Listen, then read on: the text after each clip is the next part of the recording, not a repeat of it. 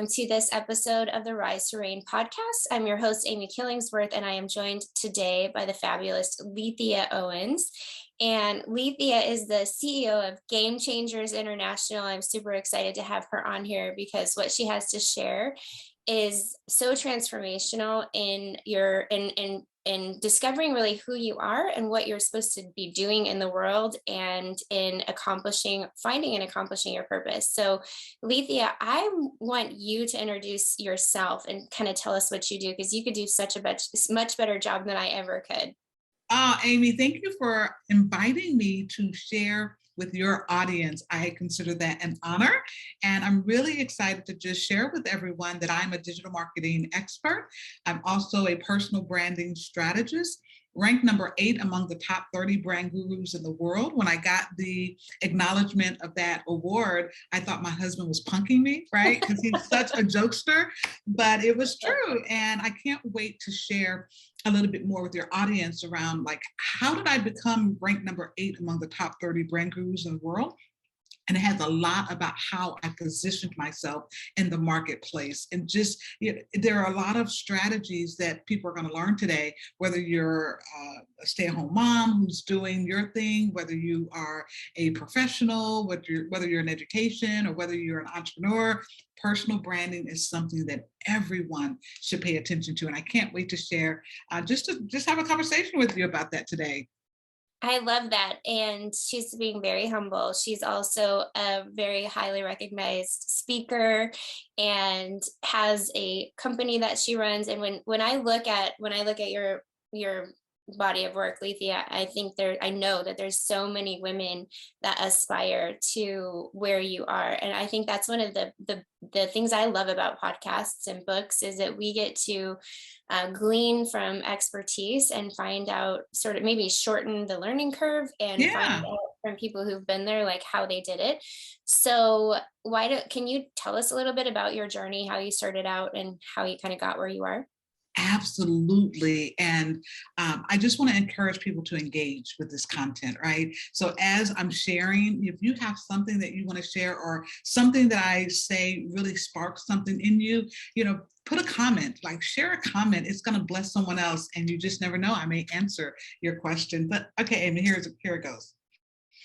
When I was a little girl, my mother, I remember her putting me in this little white coat, and she had this little blue suitcase, and she kneeled down on my level, Amy, and she looked me in the eyes and she said, "You were born for greater than this."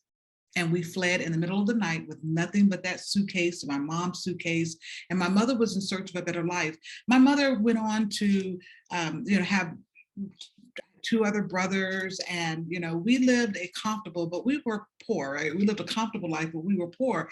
But the thing of it is that my mother left that situation because she believed that we were born, that I was born for better than that situation that I was in. And some of our listeners have either been in a situation like that, or they're currently in a situation where in their mind and their heart, they realize that there must be something more.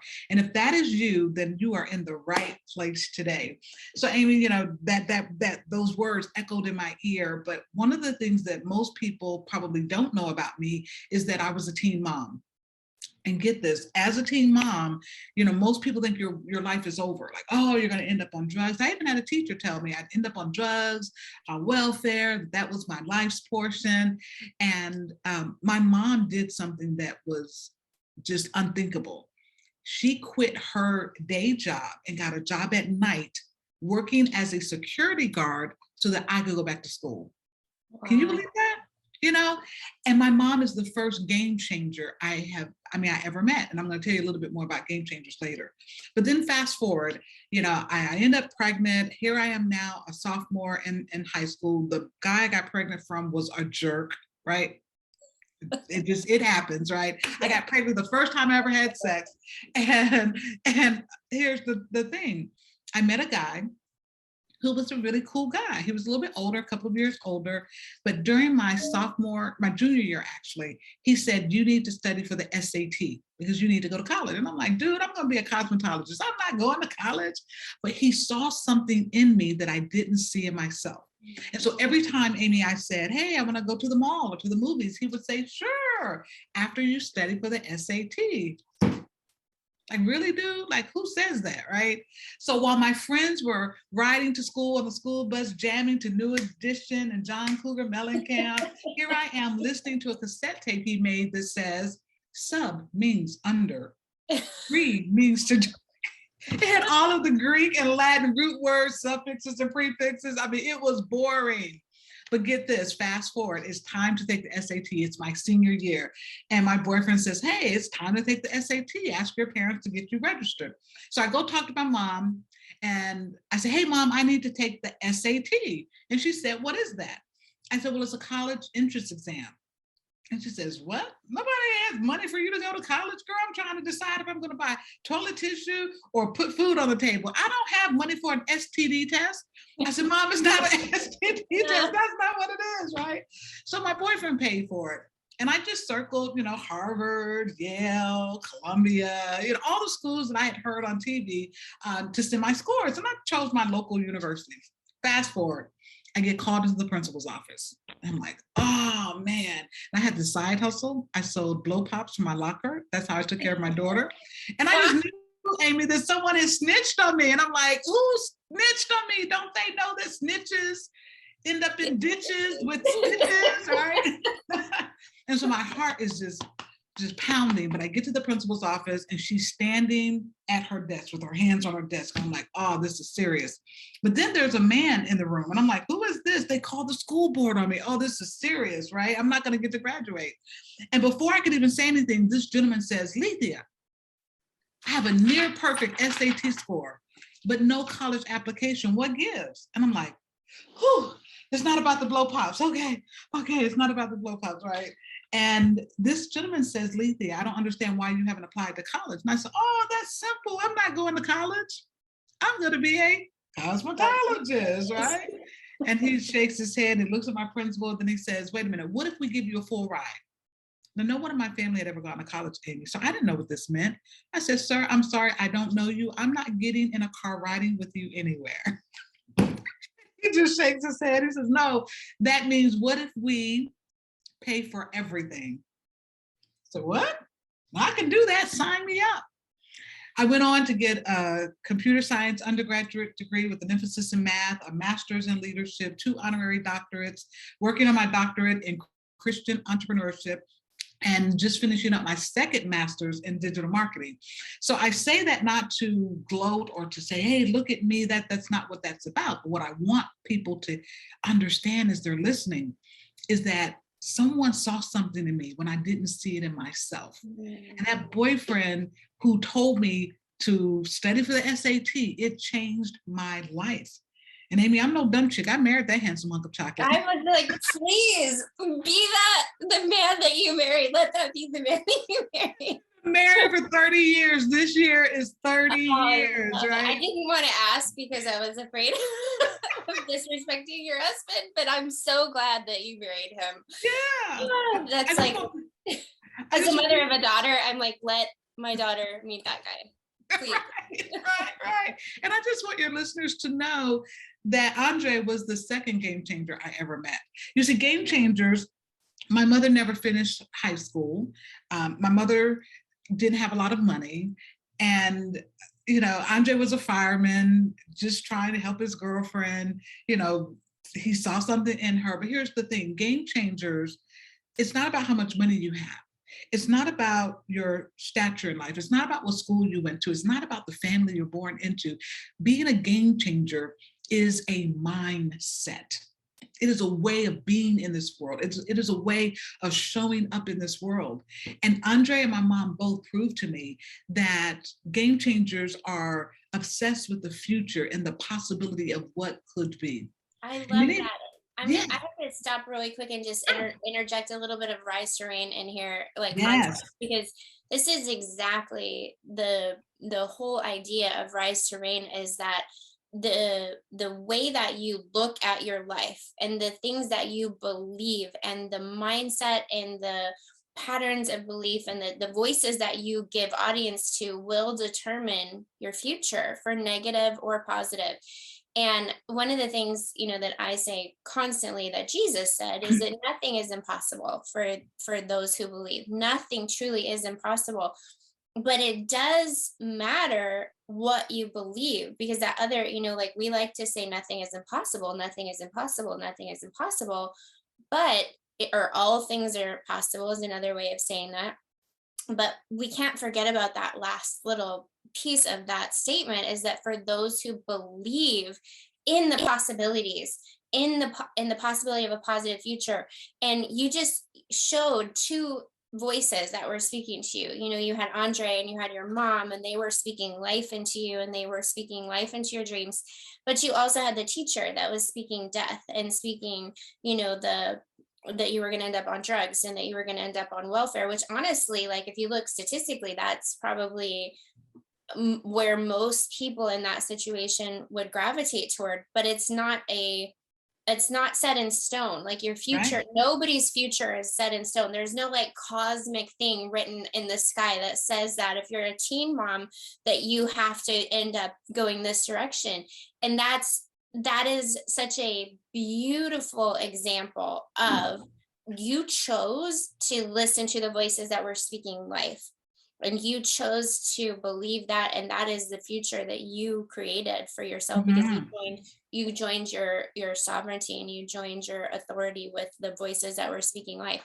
So one of the things, I have a question for you, and it Sure, might be absolutely. on the spot a little bit, but I guess like maybe what was it in you that caused you to gravitate toward the one that was speaking life?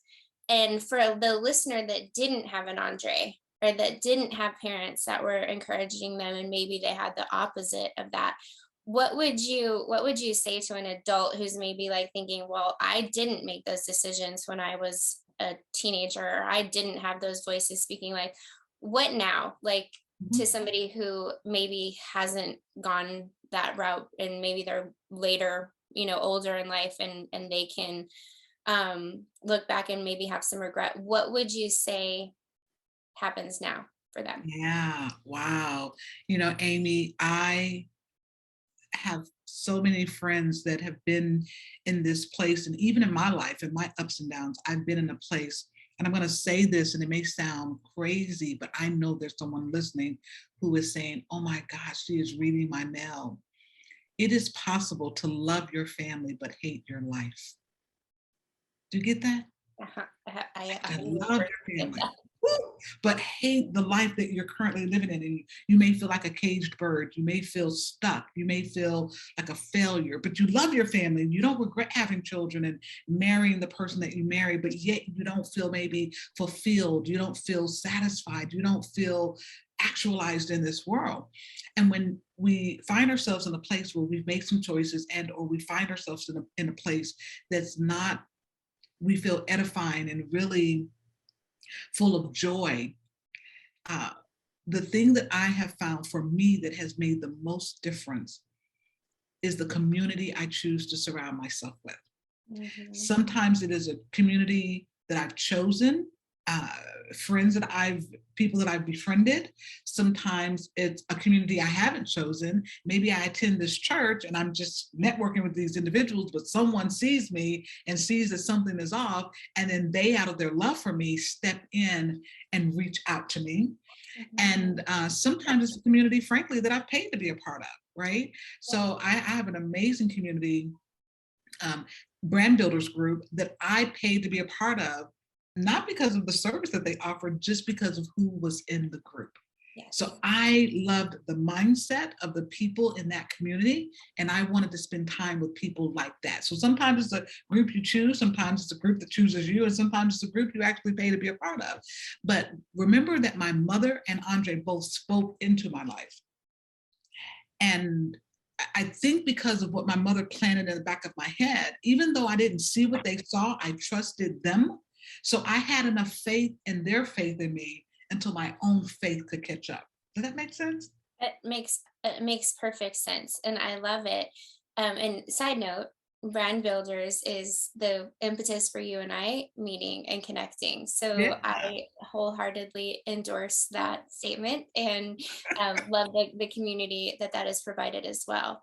Yeah. So, can we talk a little bit about this idea of a game changer? I mean, I feel like Yes. we're really getting the picture, but what can you add for context and to help our listeners really embrace the idea of a game changer? Absolutely. People think that in order to be a game changer, you have to have be a superhero, or you have to be a Serena Williams or Bill Gates in order to really be a game changer. But that's far from the truth. Everyone has the potential and possibility of being a game changer because, as I said earlier, it's about how you choose to show up in the world, right? Do you choose to be a servant, or are you chasing after money, right? Are you doing good because of purpose, or are you trying to get a profit and hope that some good comes out of it, right? It's just Mhm. about your choices and how you decide you're Perspective. going to show up in this world, right? So being a game changer, let's just say in a professional setting, I have actually taken myself out of the running for an opportunity and promoted a colleague because it was what was best for the team. Yeah, of course, I want the promotion. Yeah, of course, I want the visibility and things of that nature. But in order for the team to win, sometimes it meant that I had to be the person to assist and someone else had to make the basket. Right. Mhm. But being a game changer, again, it's not about how many degrees you have. Some of the most influential people on the team and in the organization are people who don't have all of the accolades, people who don't have the position. Long before I ever got the title of an IT leader, I was leading people in our IT department because a leader is not just a title that someone gives you. It is something you earn by how you show up every day. So this concept of a game changer, Amy, is the fact that game changers, let me just kind of define a little bit for you. Game changers are obsessed with, as I said, the future and what could be, what is possible. So they are not focusing on the past. Game watchers, people sitting in the stands just watching what's happening. Game watchers are looking at what happened, while game changers make things happen. And it's by using the conviction of your voice. It's by serving with your heart. It's by seeing with God's eyes and not just your own human eyes. Because when you look through your own eyes, you sometimes miss details and miss things about people that you wouldn't otherwise see. So it's learning how to move and be in this world. Like the question is, who are you being? And who do you need to become to have the life that you say you desire? So this whole Mhm. idea of a game changer really is about being forward um, thinking and not dwelling on the past. We have to understand the past so that we don't recreate it and the mistakes that we've gone through. But we cannot let the past dictate our future. It's like trying to drive in a car, but you're only looking in the rearview mirror. Mhm. Like you'll never get to where you say you want to go if you're Mhm. constantly looking in the rearview mirror. So it's important to focus on the future, surround yourself with a community of people who are like-minded, who see things in you that you don't see yourself, and will be honest with you. One of my most powerful tools in living the life that I live is a mirror, Mhm. because a mirror forces you to be honest with yourself. Mhm. And sometimes it's a physical mirror where I look in the mirror and I'm like, ooh, where'd that 10 pounds come from, right? Or sometimes a mirror is a friend, maybe someone like Amy, who says, Lethia, and they share something with you that maybe you don't even want to see, but they're a reflection back so you can see yourself so that you can grow and improve and even celebrate when there's something that's in that mirror that looks great, right? Mhm. So my most powerful weapon and tool is that of a mirror. Because if there's something in me that needs to be addressed, it's kind of like that scripture that says, search my heart, O Lord, and see if there be any unclean thing in me, right? So I Mhm. love telling friends, hey, I expect you to be a mirror to me. I don't expect you to be a yes woman or yay girl, we can do it, Lethia, you're perfect. I'm not perfect. And I don't like being put on a pedestal. But Mhm. when you're a woman who is clear, I've done a lot of work on myself. So let's just make that clear. Whatever you're hearing and seeing today, if you like it, first of all, if you don't like it, I'm sorry. But if you like it, you realize that I've done a lot of work. And the woman that you're seeing today is a woman who has committed years of trying to be better. And if you're at this place where you feel like you don't necessarily like what you see when you look in the mirror, because I've been there, it can get better, but the choice is yours. Do you want to Awesome. be a game changer? Awesome. I want to be a game changer. So, one of the other things that I'm kind of just picking up on that you didn't expressly state, but I'm sure is a part of the recipe or the formula for a game changer, is that you're others focused. Like you're not, obviously, you have to do the introspection and do the inner work. And that's a big part of my work in the world, is helping people and guiding people through that. But at the end of the day, like, it's not all about you. It's, like Andre and your mother we're seeing you and speaking life into you and looking for how you can edify and uplift others. Is that part of being a game changer as well? Absolutely. One of the things that it's like nails on a chalkboard for me is when I hear people say, I'm a self-made millionaire. I'm a self-made billionaire. No, you're not. Because Yeah. if the person hadn't bought your makeup, you wouldn't be a billionaire, right? Right, Uh, right. I am who I am today largely because of what other people have invested in me, and doors people have opened that I couldn't open myself. And when you get that, when you really get that, game changers are big on creating opportunities for other people, because they realize that they're not where they are because of who they are. They're Yeah. where they are because of something that someone else sacrificed, gave, or invested. And Yeah. that is, I think game changers have this pay it forward mentality. I love watching Shark Tank because Mark Cuban, one of the sharks, I mean, he is such a game changer in the fact that he loves paying it forward. I have seen him invest in businesses that he has no intention of making any money on, only because he wanted to reassure and reaffirm in that person a quality that he loves and wants to see live in this world. And I just love that about him, right? I think he's an absolute game changer as well. But Awesome. yes, servant, being others focused is a huge part of being a game changer, because my mom and Andre both, yeah, my mom loved me. And I know, yeah, Andre was my boyfriend, but they made sacrifices that they did not have to make for me. They were very much others focused when they made those sacrifices for me. I love that. And I'm sure they had their own issues that they were dealing with too. So it's not like you have to get completely healed and perfect your life before you can be an encourager and an uplifter of others. And that's actually, like we rise by lifting others. Or like, what did Zig Ziglar say? I love there's a Zig Ziglar quote that Mhm. said, he said, like, you can get anything you want by In helping life. as many people as possible get what they want. And that Yes, is really kind of one of the keys to happiness and joy in your life, is by being able to provide a container or an environment that uplifts and heals the world, and isn't, like, that deals with stuff and that works on yourself internally focused in that way. But that once the like as you're doing that, the process is to give yourself on behalf of others, to give yourself on behalf of the world. And our world, I don't think anybody would argue with the fact that our world needs people to yes, step up and to really activate themselves into their purpose. And our purpose is always others focused. Our purpose is never, absolutely. ever about us. And so Yeah.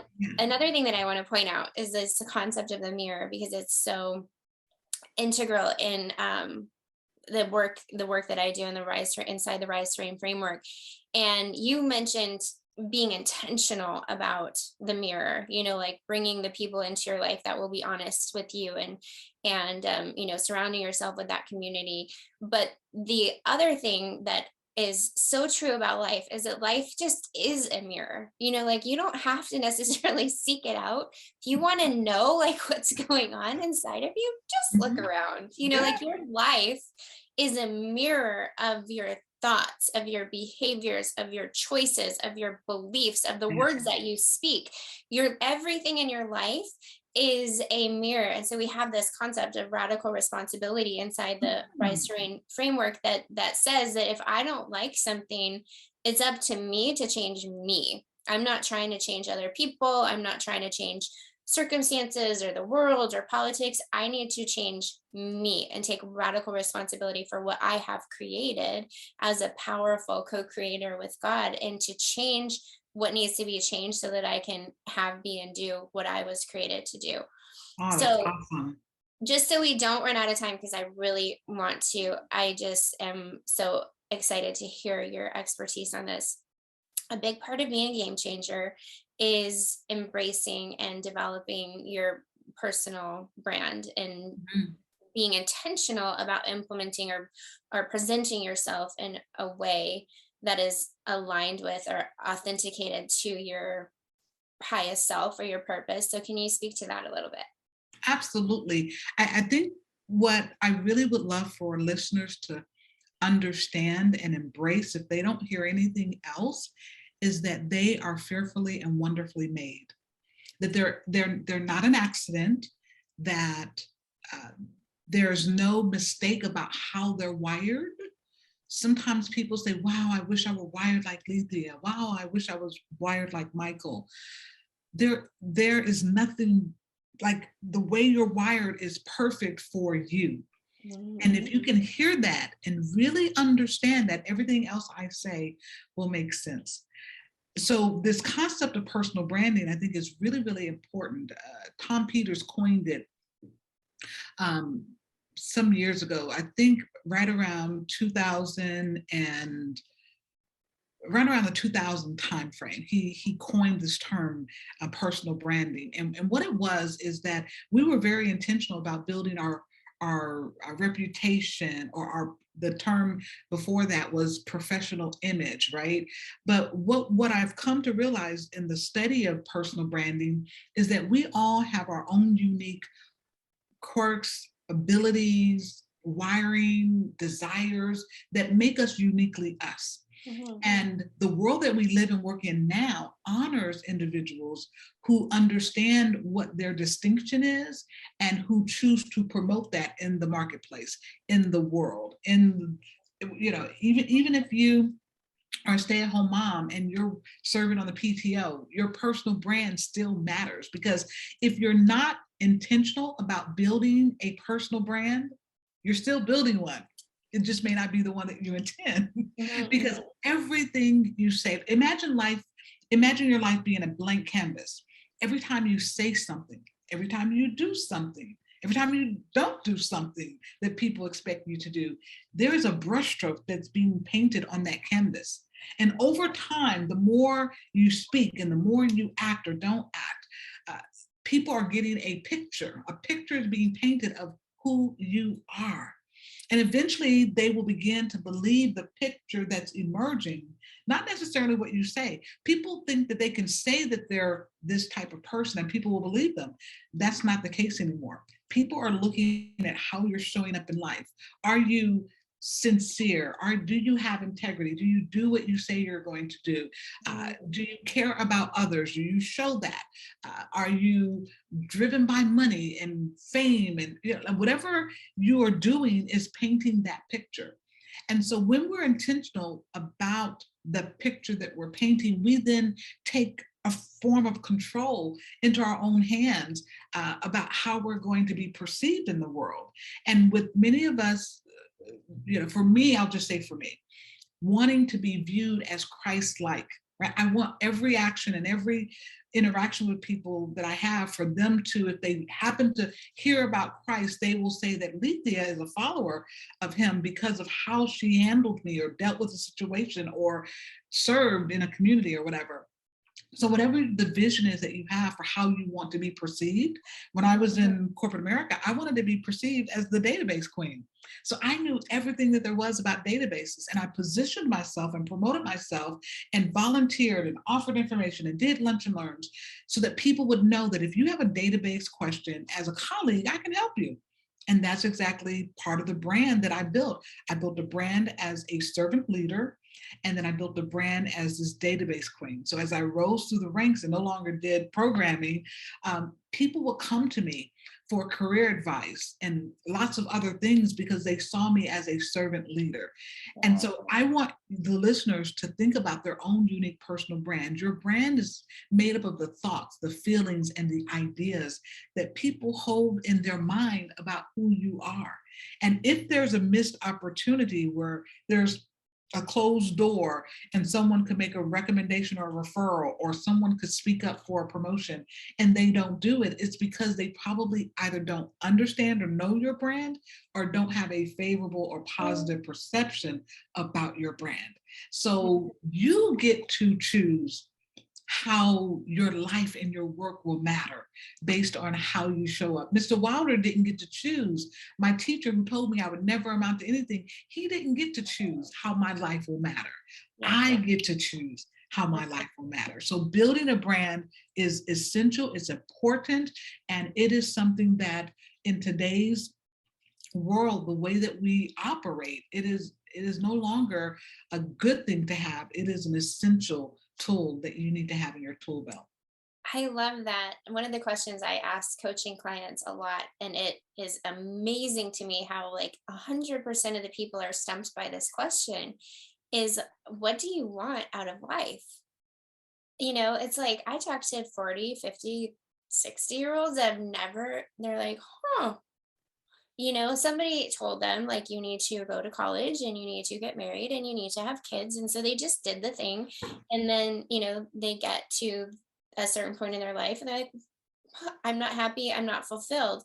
Well, God made you a certain way. I love that you said like your wiring is not an accident, your looks are not an accident, your personality is not an accident. You're made for a purpose. You're a solution. You don't have a Yes. solution. You are a solution to a specific problem. And if you don't know what that problem is, then you're not going to be fulfilled because you're trying to shove a round peg into a square hole. Maybe that's a square peg into a round hole, maybe that's backwards. But the other thing too is that your life circumstances aren't an accident either. Like your life's journey is not an accident because the divine blueprint is always trying to massage you, or sometimes even maybe smack you onto the path of finding and fulfilling that purpose. If you feel that agitation, if you feel that like I'm not in the right place, I'm not doing what I'm supposed to be doing, that's a good thing. Pay attention to that. And so my follow-on question from what do you want in life is, what do you desire? Like what lights you up? Because there's a scripture in the Psalms called this Psalm 37:4. It says, delight yourself in the Lord and he will give you the desires of your heart. And when I was 16 years old, I got a Bible for my 16th birthday, and I wrote in the front of the Bible, my life verse is Psalm 37:4. Delight yourself in the Lord and he'll give you the desires of your heart. And I took that in my 16-year-old mind to read, if I desire a Ferrari, then God will give it to me, or if I desire a mansion on a hilltop, like God will give that to me. And there's nothing wrong with any of those things. But when at some point in my life, not even that long ago,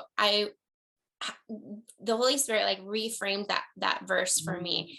And I saw it like I never saw it before, that it's the desires that he gives. When our focus is on him and when our focus is on the right things, it's like he gives us the desire. The desire is the gift. It's not the thing that you get, it's the desire. And so your true pure heart's desire, it's not your cravings and not your ways of numbing emotional pain, but your true heart's desires will lead you to your purpose because they're planted in you by the design. So what lights by divine design. So what lights you up? Like what could you do for hours without getting paid?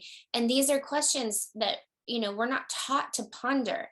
And I love what you're saying because it fits right in, is like with the personal brand is not just like what do you want out of life or what do you want from the world. It's like, who do you want to be? And that's kind of like, who do you need to be to have what you want to have? That's really core, is like, who do you want to be? And inside the righteous framework, one of the principles is identity. And we talk about the archetypes of the prisoner, the slave, the princess or the prince, and the queen or the king. And the different characteristics of those archetypes help Mhm. sort of frame who you're being. If the queen is the highest self and the queen is a divine design, how does a queen show up? How does a queen speak to her children? How does a queen eat? How does a queen run her business? How does a queen move about in the world? And that gives a container and a context. And so it really aligns with this idea of the brand. And the most powerful part of it that you're saying to me is that must be intentional, and that you get to decide. But if you don't know what you want, you don't know who you have to be to get that. And if you don't know who you have to be to get that, you're essentially just drifting. So the Yeah. idea of a personal brand isn't about making money. It isn't, although that's a side effect of effective branding and nothing wrong with it, but that's not the goal. The goal is deciding your direction and being intentional about where you're steering and the choices that you're making to align on that path. So, Lethia, I think that you are obviously one of the best people in the world to help us with personal branding. What else can you help us with? How can our listeners find you? Let us know how we can partake of your brilliance. Okay. So first of all, being a servant, I am so full right now. There are like 4 points I have to share. I would be remiss if I didn't share this with the audience. Absolutely. Number one, you talked about just this idea of us helping enough other people get what they want in life. That's how we're going to get what we want. But here's what I want people to know is that there is someone waiting on them to figure out what their purpose is, Yeah. right? And also, we talked about not where they are right now is not a mistake. I was watching Picard. I'm a Trekkie, right? And so I was watching Picard last night, and this little boy saw people from the future being down. And so he spent his whole life trying to prove that he wasn't insane. And he was having this conversation with Picard because he saw Picard being down, and he was like, I knew I wasn't crazy. So he captured him. And then Picard said, what if you needed to be that boy so that today you could be this man who would be able to believe me when I say these words? God sometimes allows us to experience things in the past so that we are prepared and ready when he brings something else in the future that we could only believe, we could only receive because of where we've been. So I just want people to hear that. Oh my gosh, this is fun. Even your mistakes, Yes, even your yes, wins, even your hurts. Like God's big enough. especially, Yes. God's big especially. enough to work all of that into the divine plan and make you better for having experienced those things. And here's the thing about hurts and mistakes and the past, and all of those things are necessary. Hmm. You know, when I think about love and my love for my husband, it is so powerful because of the high notes and the low notes. The melody of love would never be a melody if it were all high notes or if it were all low notes, right? It is this beautiful movement between high and low that makes the highs appreciate the highs, and you work hard during the lows because you know a high is possible. And so when it comes to healing, one of the things I wanted to say is that it is a journey, and it is something that we must never let someone else take out of our hands. Yeah. We have the power to move forward on our own emotional healing journey, because the reality of it is that we are magnets. Magnets have the power to either repel or to attract. Yeah. And when we have emotional hurts and bruises deep within us that we choose not to address, and we choose to act like they didn't happen or that they're not there, those dark spots in us, it becomes a magnet that repels. Yes. But even though we've had hurt and maybe terrible things have happened, we've lost a child, we've been abused, we lost a job or whatever it is, right? Lost our husband or our spouse. All of those dark spots in us, when we choose to move forward and to allow the Holy Spirit and God to heal us, and when we choose to step into a community and allow them to be a mirror, then the magnet inside of us becomes something that attracts, something that pulls. So we get to choose whether as a magnet we will repel or attract to us everything that we need to be everything that we're called to be. And so the other thing that I wanted to say is that we need to be who we are on purpose and without apology when we are building our personal brand. Being an African American woman in IT, when I joined, I'd say 90% of the workforce were males. And I was constantly being pressured to be someone I wasn't, to be more masculine, and that's not who I am. And so I decided that I would not assimilate. Love it. I love Because it. when we assimilate, we lose a part of who we are. Yes. When you integrate, you find where you fit in and you dig in and you add value, massive value. And that's the best part. So don't assimilate, instead integrate. And I just want to share, last but not least, in the book of the tiny book of Amos, there is a scripture that talks about, as we are seeking God, that blessings will chase us down everywhere you look. Blessings, blessings, blessings. And that they'll happen so quickly our head will turn, right? So we don't have to go seeking out money. There's nothing wrong with money. But sometimes when we, for the love of money, are making decisions to do certain things, it can cause us to do things that are not healthy or the right thing to do.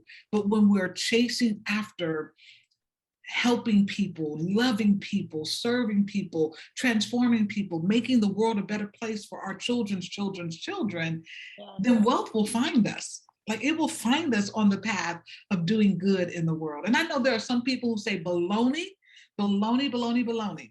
But I live in the world that says that is the way to live. There's so much joy, satisfaction, and significance that comes from serving and giving of myself.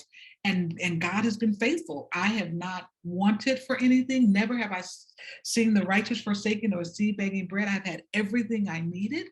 Every time I've said yes to God, and every time I've lived a life where it's about serving others. And so I just want to encourage our listeners to build a brand that is about, serving others. And that question that you asked, and I discovered this about 10 years ago, I asked myself, I asked God, and he said, what do you want? And I was like, oh, wait, I better be real clear before I ask for this. And what I realized at the end of the day, Amy, my purpose and what it is that I really want is I want to study and share. I want to study the Word of God and share what I've learned. I want to study business models and share what I learned. I want to study marketing and just share what I learned. I just want to study and share. And God has given me a platform to be able to do just that. I love it. And that's the desire of your heart. I can see that, and that's the faithfulness of God, is that he gives us a desire, but he gives us also the platform and the ability and the way to fulfill that desire. He doesn't just leave us with those unmet desires. So you said that in your corporate career, you wanted to be known as the database queen. Who do you want to be known as now? Game changer, a game changer that inspires others to become game changers. That is who I want to be known in the world. I love it. So how can our listeners connect with you and be able to participate in that? Absolutely. If they would like to learn what I'm up to, they can always go to my website, LethiaOwens.com. I know my name is a little weird. It's Lethia, Lethia, Owens.com. Or they can go to almost any social network and look up Lethia, at Lethia Owens, and they'll find me. Awesome. Well, personally, my cup is full, and I am walking away with so many little nuggets and just uplifting mindset shifts, and I know our audience will too. So thank you so much for coming on, Lethia, and hopefully we can do it again soon in the future. Awesome. It's my pleasure. I will say yes anytime I'm invited to come back to share with this audience. Awesome. All right. Thank you so much, and take care.